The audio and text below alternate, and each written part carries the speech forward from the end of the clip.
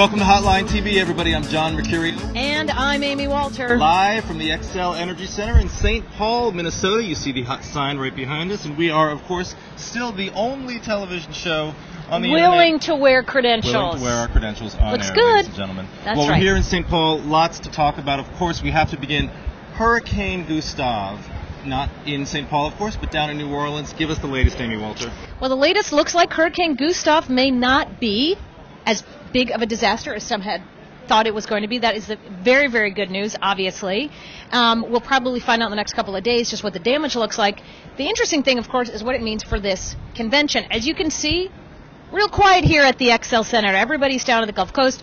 What I'm interested in is what this means for McCain and the convention. I am a little bit wary of this idea that John McCain, simply by being more proactive with this hurricane than the president was with Katrina, is suddenly going to make people think that he's like commander-in-chief like. I don't think so, but I do think that he's doing the best with he's doing the best. Situation. That is true. And, look, I mean, I think that Republicans have a pretty good line in response to people saying, "Oh, you're just playing politics. You're just doing what you think you need to do." Look, they're saying we learn from our mistakes. We know that we didn't do a good job with Katrina. We know that was a bad moment for Republicans as well as for the federal government. And what we've done is we've learned.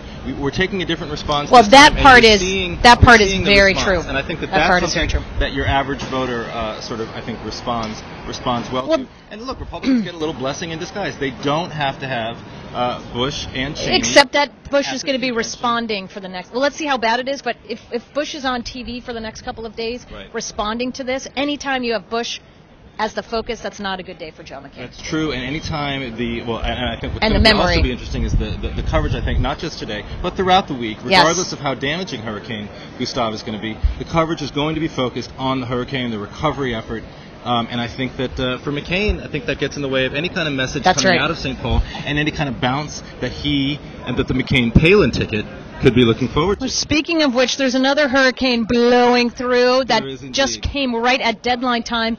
Hurricane Bristol. Would you like to tell us a little bit about that? Hurricane Bristol is a 17-year-old young lady who lives in Alaska, who has a boyfriend, whose mother is the current governor. And the boyfriend's not the governor. Bristol's the brother is. You're right. The boyfriend is not the mother of the governor. But yes, her mother is the governor, Sarah Palin. Of course, the soon-to-be Republican vice presidential nominee.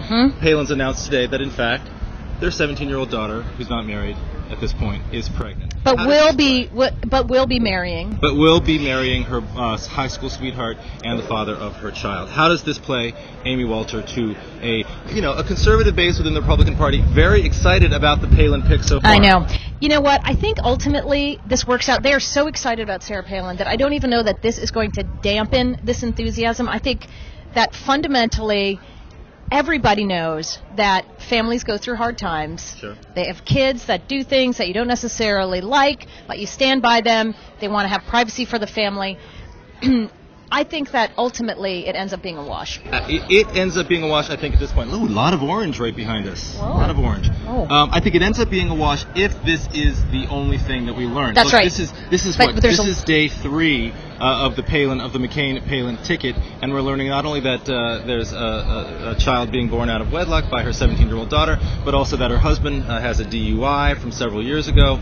What else are we going to learn about? What did McCain know at the time that he chose her? That's right. Clearly he did know about the pregnancy. He decided it wasn't a big deal, perhaps rightly so, but what else are we sort of going to slowly learn about this? Or did it all come out today for a reason? And very right, is it some sort of dump it today. That they want to get out? But it goes to the point that this is an entirely unknown political entity in U.S. politics, American politics, and I think that's why it's going to resonate for at least a few. Well, and you got a lot of board reporters. We got nothing to cover tonight. They will have nothing better to do than try to find out more on the Hurricane Bristol story and whatever else is going on. All right. Wow, that was a lot of information for a day that nothing's happening. I hope we have something to talk about tomorrow. Woo, because we don't have any speakers tonight. We don't have any speeches. Yeah. All right. See you next time from St. Paul. I'm Amy Walter. We're going to go hang out with the Texas delegation. Yeah.